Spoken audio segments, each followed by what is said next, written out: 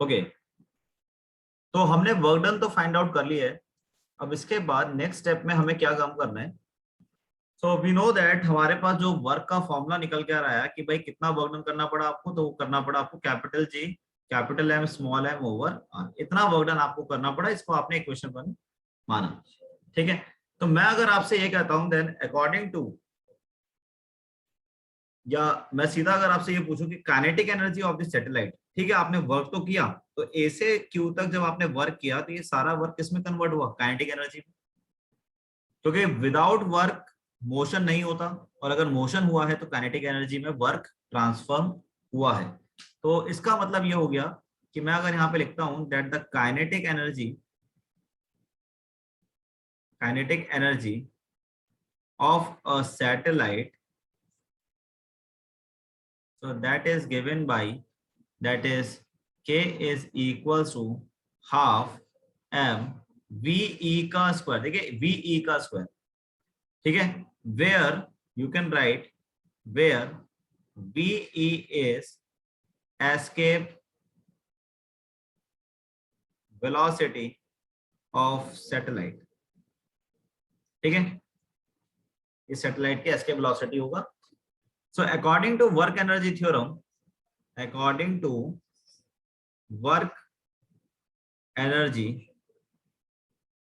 Theorem, तो work energy theorem को थोड़ा सा अगर हम सोचें तो वर्क एनर्जी थ्योरम क्या कहता है, that work is a measure of change in kinetic energy, यानी कि अगर आप किसी भी बॉडी पे वर्क करेंगे तो उसकी काइनेटिक एनर्जी पे फर्क पड़ेगा, यानी उसकी काइनेटिक एनर्जी चेंज होगी, यानी कि वो सारा वर्क किसमें कन्वर्ट हो जाएगा, काइनेटिक एनर्जी में कन्वर्ट हो जाएगा। यानी वर्क किसमें कन्वर्ट हो गया, काइनेटिक एनर्जी में। तो हम दोनों को इक्वेट कर सकते हैं, वैल्यूज को सब्स्टिट्यूट कर दीजिए फटाफट से। तो मेरे को हाफ एम बी ई का square is equal to capital G capital M small M over, that is capital R आप यहाँ पे लिख सकते हैं, स्मॉल एम से स्मॉल एम को कैंसिल कर दीजिए, तो आपके पास बचेगा वी ई का square is equal to that is 2gm over capital R, ठीक है। यहाँ पे फटाफट से gm की वैल्यू पुट करेंगे। So but we also know that small g is equal to gm over R square, ठीक है, ये फॉर्मूला आप ऑलरेडी कर चुके हैं। और यहाँ से अगर आप gm की वैल्यू निकालेंगे तो आपके पास क्या आ जाएगा, that is g r square.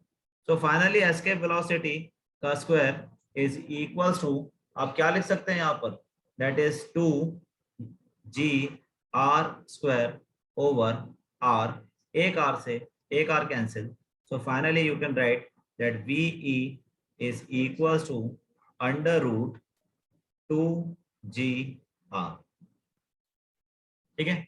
तो ये मेरा एक फॉर्मूला बनकर आ गया है for escape velocity. Okay, so this is the escape velocity। तो देखिए एस्केप वेलोसिटी किस पर डिपेंड कर रहा है, एस्केप वेलोसिटी डिपेंड कर रहा है आपका रेडियस ऑफ द अर्थ पर, कि रेडियस ऑफ द अर्थ कितना है। जितना ज्यादा रेडियस ऑफ द अर्थ होगा उतना ज्यादा एस्केप वेलोसिटी बढ़ता चला जाएगा, ठीक है।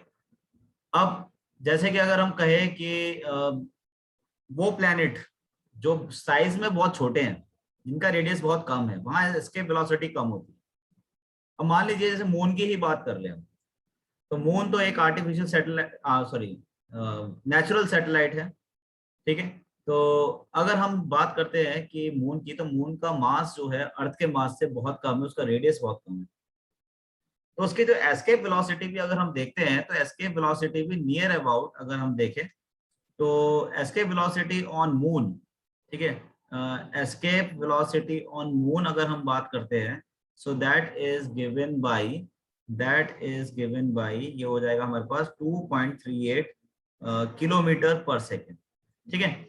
लेकिन वहीं अगर हम बात करें एस्केप वेलोसिटी ऑन अर्थ, ठीक है, अगर मैं अर्थ की बात करता हूं तो ये होता है 11.2 किलोमीटर पर सेकेंड। अब इसका मतलब क्या है, इसका मतलब ये है कि अगर कोई अर्थ पर कोई भी बॉडी 11.2 किलोमीटर पर सेकेंड से मूव करेगी तो वो अर्थ के ग्रेविटेशनल फील्ड को छोड़कर बाहर निकल जाएगी, कोई भी चीज हो चाहे। इसीलिए किसी भी रॉकेट को अगर अर्थ के ग्रेविटेशन से बाहर निकलना है तो उसको इतनी स्पीड तो अचीव करनी ही पड़ेगी, 11.2 किलोमीटर पर सेकेंड। वरना इससे ज्यादा हो तो बहुत अच्छी बात है, इससे कम तो बिल्कुल भी इसको क्रॉस नहीं कर पाएगी। ऐसा क्यों हुआ था कि आपने स्टोन को ऊपर फेंका था लेकिन स्टोन ग्रेविटेशनल फील्ड से बाहर क्यों नहीं गया? क्योंकि आपकी जो स्पीड थी, स्टोन की स्पीड थी, वो 11.2 किलोमीटर पर सेकेंड से काफी कम थी। ठीक है। जैसे एक क्वेश्चन आता है, बहुत जबरदस्त क्वेश्चन आता है कि ऐसा क्यों है कि मून पर एटमॉस्फेयर नहीं होता है जबकि अर्थ पर एटमॉस्फेयर होता है? तो उसका सबसे बड़ा रीजन जो है वो ये है क्योंकि मून पर एस्केप वेलोसिटी बहुत कम होती है और अर्थ पर एस्केप वेलोसिटी काफी ज्यादा होती है। वेलोसिटी अगर हम बात करें किसी भी विंड की, तो विंड की जो वेलोसिटी होती है वो नियर अबाउट लगभग 3 से 5 किलोमीटर पर सेकंड की स्पीड से मूव करती है। और 3 से 5 किलोमीटर अगर पर सेकंड से मूव करेगी तो मून से तो वो बाहर निकल ही गया, क्योंकि मून पर कितनी चाहिए, 2.38 बाहर निकलने के लिए। और यहाँ मैं कह रहा हूँ कि विंड कितनी स्पीड से मूव करती है, 3 से लेकर 5 किलोमीटर पर सेकेंड। तो इजीली मून से बाहर निकल जाएगा और अर्थ से बाहर नहीं निकल पाएगा, क्योंकि अर्थ का एस्केप वेलोसिटी है 11.2 किलोमीटर पर सेकेंड। ठीक है। तो कहने का मतलब ये है कि अर्थ में क्योंकि कम वैल्यू आ रही है, भाई विंड की अगर हम बात कर रहे हैं तो दैट इज 3 से लेकर 5 किलोमीटर पर सेकेंड इसका रहता है। तो भाई मून तो क्रॉस कर गया, तो इसलिए मून पर कोई भी एटमॉस्फेयर नहीं है, क्योंकि वहां से विंड सारा उसके वेलोसिटी से बाहर निकल चुका है। चलिए बताइए, इसमें कोई डाउट?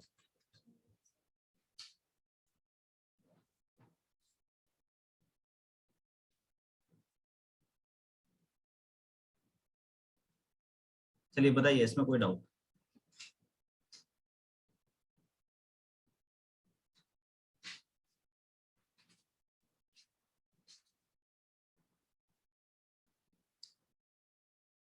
ठीक है, तो बाकी नेक्स्ट क्लास में करेंगे, इसको एक बार रिवाइज कर लीजिएगा। ठीक है, और कोई डाउट होता है तो आप डेफिनेटली पूछ भी सकते हैं। ओके, ठीक है, प्रैक्टिस करते रहिए।